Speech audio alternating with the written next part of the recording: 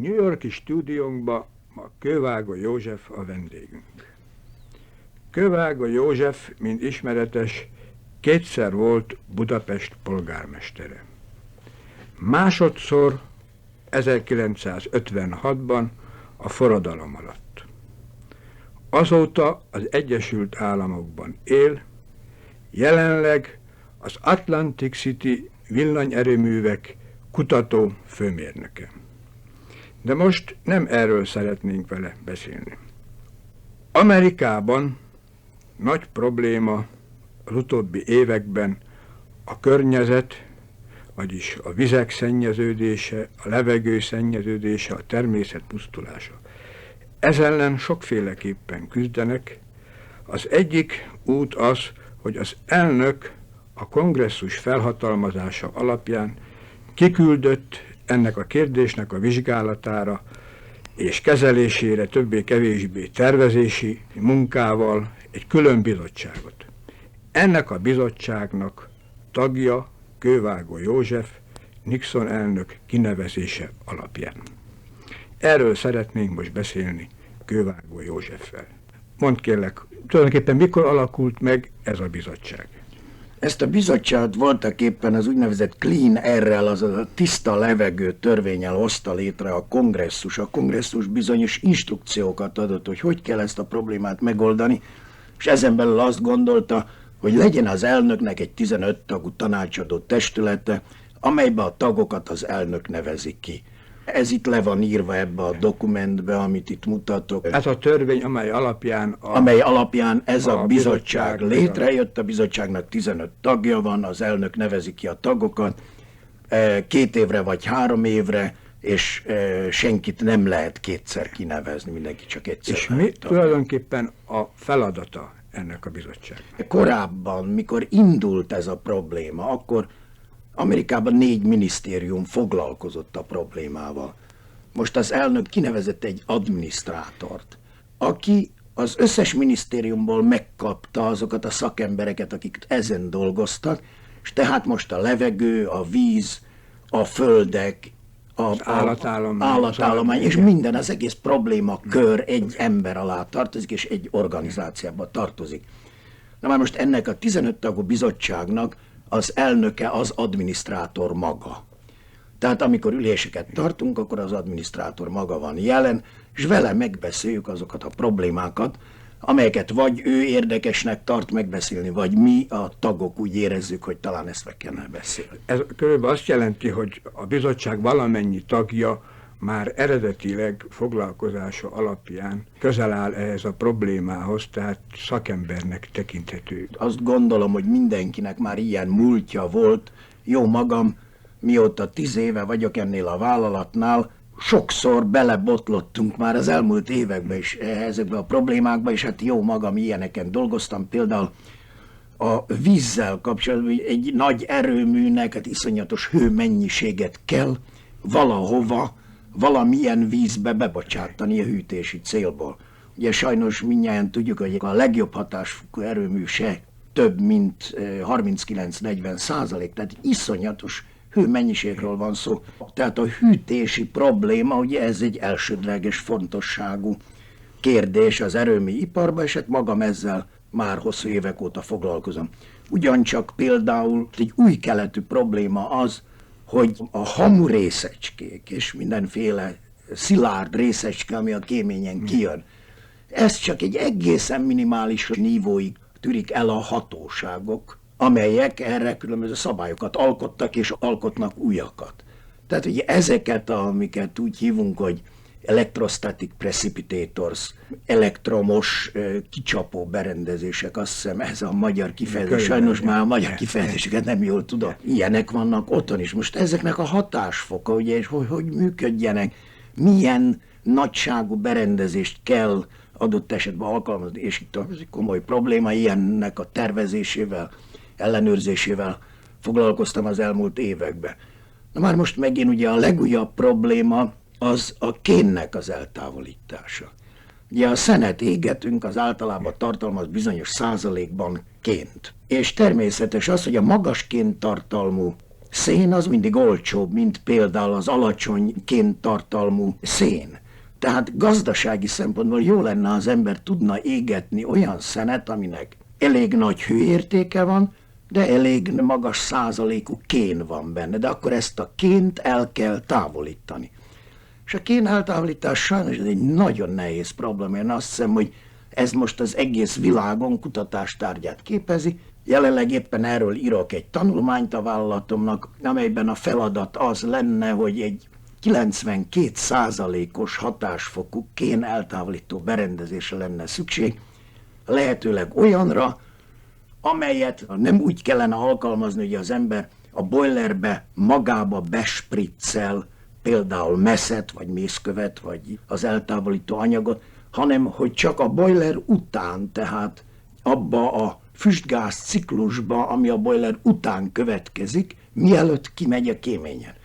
Na már most ez egy iszonyatosan nehéz probléma, mert ilyen magas hatásfokú eltávolító berendezések, ezek még novumok az iparban. És ez sokba is kerülne, gondolom. Nagyon sokba kerülnek. Most ebbe a bizottságba, amiben részt veszel, ott ilyen kérdések is előkerülnek. Természetesen, hogyne. Én magam például ezeket a kérdéseket néha fölvettem, és ezekkel kapcsolatban megbeszéléseket folytatunk. A bizottság ülésének egy része az bizalmas.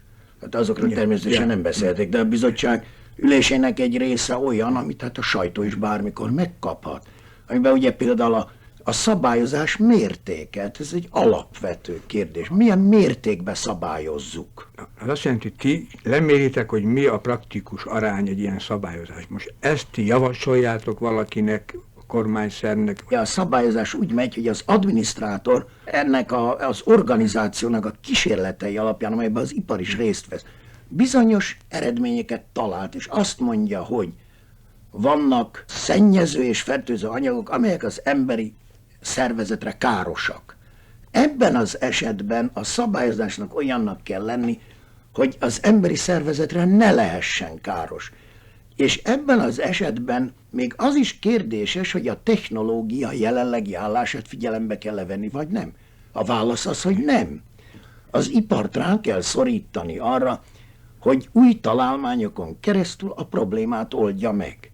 Szóval ti kidolgoztak egy megoldási igényt, ami egy pillanatnyilag technikai kivihetetlen. Azzal, hogy ezt oldja meg az ipar. Ezt nem mi csináljuk. Ezt az Environmental Agency, azaz a környezettel foglalkozó nagy organizáció csinálja, az hozza létre a szabályokat. Ugye például az automobiliparnak 1975-ös típusaiban szénmonoxid, hidrokarbon és más szennyező anyagokkal kapcsolatban borzasztó szigorú törvények alá kerülnek. 90%-kal kevesebb szennyeződést bocsáthatnak csak ki az automobilok, mint ma. Na már most, hogy erre az automobilipar készen áll-e vagy nem, ez egy vitás kérdés. De miután ezek a szennyező anyagok az emberi szervezetre károsak, a kongresszus adta ezt a feladatot az adminisztrátornak, hogy ennek így kell lenni. Tulajdonképpen ma Amerikában milyen fokú a levegő szennyezettsége? Hát fantasztikus adatokat lehetne itt mondani, csak egy párat úgy hirtelen megemlítek, hogy például a szénmonoxid 65 millió tonna évente, ami a levegőbe kerül mesterséges úton. Kénoxidok, amiben főleg kéndioxid szerepel, 23,5 millió tonna. Európai tonnákról beszélek, nem amerikai tonnákról. Nitrogénoxidok, 11,8 millió tonna évente. Káprázatos számok, amiket alig lehet követni. Ez mind emberi hibából, szóval az emberi munkából, vagy a gondatlanságból, vagy mondjuk úgy az egész iparosított állapotából a társadalomnak származik. Ennek egy része leküzdhető. Igen. Ugye amikor az ipari fejlődés megindult, akkor azt hiszem minden generáció nagyon boldog volt, hogy ipari termékek, energia született, világítani lehetett, és így tovább. Senki sem gondolt arra, hogy ennek a mellékhatásai milyen károsak. Mint emlékszel rá a régi képeken, a ott állt egy nagy erőmű, gyönyörű kéménye volt, és a füst jött ki belőle. És ez a füst, az szép volt, és az igazság az, hogy mikor az ember ugye egy szép alkonyatkor utazik valamerre vonaton, és látott egy erőmet, és jön belőle a füst, hogy akkor az szép, bizonyos színhatásokat hoz létre, meg mi. De ez mind káros. Úgyhogy múltkorokban láttam egy képet Londonról, és Londonnak egy részén ma már a szabályozás olyan szigorú, hogy semmi füstöt nem lehet látni kijönni a kéményekből. Ezzel kapcsolatban megemlítem, hogy decemberben voltam ezen a nemzetközi levegő szennyeződési konferencián, amit Washingtonban tartottak, ahol magyar kiküldöttek is jelen voltak, és egy dr. Szepesi nevű magyar mérnök tartott egy nagyon érdekes előadást, és bemutatott a végén egy képet Budapestről, ami azt hiszem a Jánoshegyről volt lefotografálva, és legnagyobb megdöbbenésemre olyan ipari köd ült Budapesten, hogy nem lehetett látni a várost. Igen. Úgyhogy úgy látszik Magyarországon is az autó jelenléte ugye, és számának a növekedése. Ez egy nagyon érdekes dolog, hogy a hidrokarbonok és a nitrogén oxidok, azok bizonyos napfény hatásra egy ilyen fotokémiai oxidáció jön létre, amelynek következtében ez a köd, amit itt industrial fognak neveznek, köd, születik belőle. Azt szeretném most megkérdezni. Logikailag úgy tűnik, hogy a technológiának ez egy mellékterméke, de többé-kevésbé talán majdnem elkerülhetetlen velejárója. Mennyiben lehet ezt leküzdeni, illetve mennyiben lehet elképzelni, hogy a technológia fejlődhet úgy, hogy mindezt a tehertételt nem viszi magával, vagy ha lehet, még le is rázza. Én azt hiszem, hogy nagyon sok fertőző anyaggal kapcsolatban, például gázokkal kapcsolatban a tisztítás igen nagy mértékű tud lenni, szóval erre vagy már megvan, vagy megszületik az új technológiai tudás. Egyetlen terület van, ahol a magam részéről nem látok megoldást, az a hő. Mert minden ipari tevékenység iszonyatos hőmennyiség termelésével jár együtt, és ezen a téren már 1824-ben a Carnot megmondta, hogy mi az a lehetőség, amin belül az emberi hőcsere folyamatokat végre lehet hajtani. És a Carnot ciklust nem tudjuk elérni, és ha el tudnánk érni a Carnot ciklust, akkor is iszonyatos hőmennyiségeket kell kibocsátanunk a vizekbe, vagy magába az atmoszférába. Miért része ez a szennyeződésnek, hogyha hőt bocsájtasz, csak hőt a vízbe? Igen, ez is egy jó kérdés, ami szintén ma egy nagy, mondjuk tudományos filozófiai vita. Két iskolával, az egyik iskola azt mondja, hogy ennek a hatásaként a katasztrofális dolgok fognak történni. Az egyik iskola azt mondja, hogy az általános hőfok növekedni fog, ez bizonyos jéghegyeknek az olvadásához és iszonyú áradásokhoz, stb. Vezet. A másik iskola meg azt mondja, hogy nem, ez nem áll, ellenkezőleg egy ilyen üvegház jellegű konstrukcióvá változik, annak következtében, hogyha több szennyeződést bocsátunk ki a levegőbe, hogy akkor a napból érkező energia is megváltozik, mert hiszen bizonyos elnyelés következik be, fényhatások megváltoznak, és így tovább. Szóval voltaképpen a legnagyobb kérdés ez, hogy mi a hőnek a végleges és hosszú távú hatása a Föld atmoszférájára, ami hát egy borzasztó komplikált kérdés, és hát ezt éppen még tanulmányozzák, és én azt hiszem, hogy óriási kutatásnak kell addig megtörténni, de addig is vannak bizonyos gyakorlati dolgok, amelyekben tisztán lehet látni, hogy szabályozásra van szükség, mert ugye bizonyos haltípusok kihalnak, ha azok egy ilyen hősokkot kapnak. Tehát az erőműveket és mindenkit, aki kibocsát hőt a vizekbe, arra kell kényszeríteni, hogy az bizonyos szabályok betartása mellett történjen. A másik probléma az, hogy ha folyókat használunk például erre a hőtárolásra, akkor a nagy hőmennyiséget vezetek be, ez nagy elpárolgással jár, és ugyanez az elpárologtatott víz valamikor majd visszaérkezik a Földre, de nem ott. Tehát mondjuk az a víz hozamában csökkenni fog.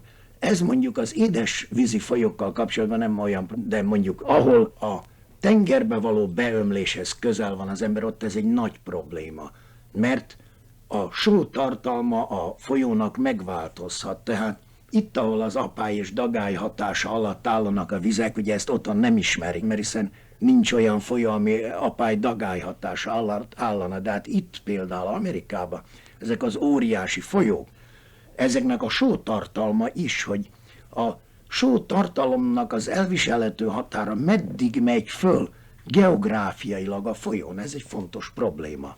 Ez meghatározza azt, hogy mennyi hő eltávolítására alkalmas az a víz, vagy átvételére? Ez függ attól, hogy a folyóból mennyit párologtatnak el.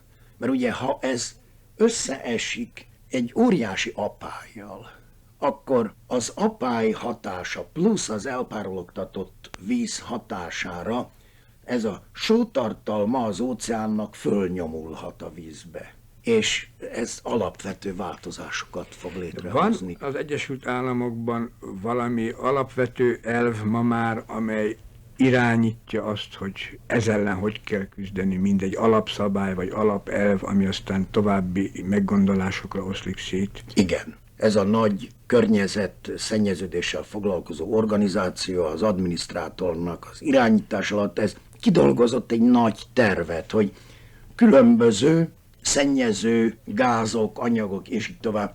Ezeknek mi lehet az a maximális nívója, amit még el lehet viselni?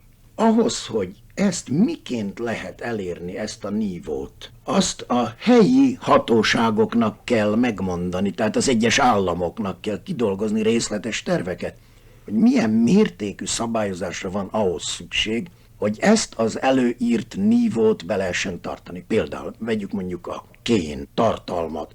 Arra az adminisztrátor előír egy bizonyos nívót, ami azt mondja, ha a kén tartalom átlagban bizonyos órán keresztül ez alatt van, akkor ezt tiszta levegőnek hívhatjuk még. Most, hogy ezt hogy lehet létrehozni New Yorkba? Ez más szabályozást kíván, mint mondjuk valahol lent egy déli államba, ahol főleg földműveléssel foglalkoznak az emberek.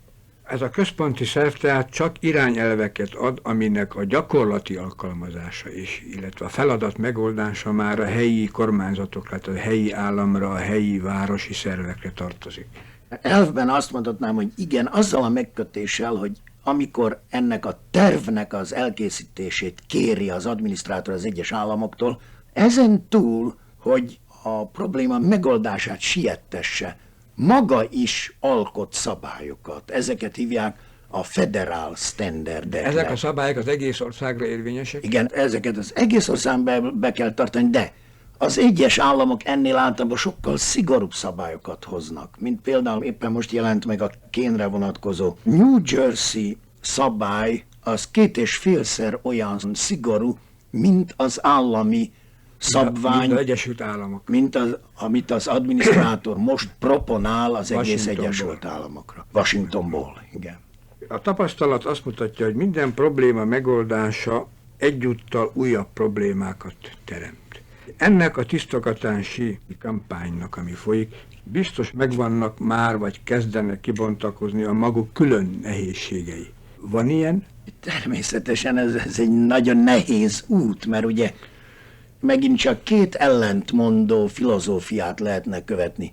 Legyünk minél szigorúbbak. Mindenféle iparágakat nyomni kell arra, hogy ezekkel a problémákkal meg kell gyürkőzni. Viszont a másik oldalon ez a szabályalkotás mégse lehet olyan szigorú, hogy egyes iparoknak a működését lehetetlenné tegye. Ugye például Amerikában gyakorlatilag a legnagyobb kérdés az autóipar. Na már most, hogyha azok a szabályok olyan lehetetlenül szigorúak, hogy az autóvállalatok nem tudnak megfelelő autókat produkálni, akkor természetesen ez egy tragédia lenne. De azon kívül van egy másik alapvető kérdés, amin én magam nagyon sokat gondolkozom, hogy is van ez, ugye mi az előző generációktól örököltünk egy bizonyos szennyezettségi mértéket. A mi generációnk, vagy mondjuk a nálunk fiatalabb generációra nehezedik az a teher, hogy ezt egy lépésben megoldja. Vagy mondjuk ezt lehet több lépésben is megoldani. Szóval ilyen gondolatok vannak az embernek az agyában, és ezek ugye minden ülésen bizonyos fokig jelentkeznek, mert az egyik az egy szigorúbb szabályalkotást kíván. a másik az inkább hajlamosabb mondjuk egy kevésbé szigorú szabályozásra. De ez, hogy a technikai fejlődésnek mindezt most figyelembe kell venni, nem okozza azt, hogy maga a technikai fejlődés ennek következtében lényegesen lelassul, vagy le kell lassulnia. Szóval az az irama a technikai fejlődésnek, ami az utolsó 100 évet mondjuk jellemezte, az nem változik meg, nem csökken, emiatt az új probléma miatt, hogy meg kell oldani a szennyeződés problémáját. Tehát el kell kerülni azt, hogy szennyeződjenek a vizek, a levegő, stb.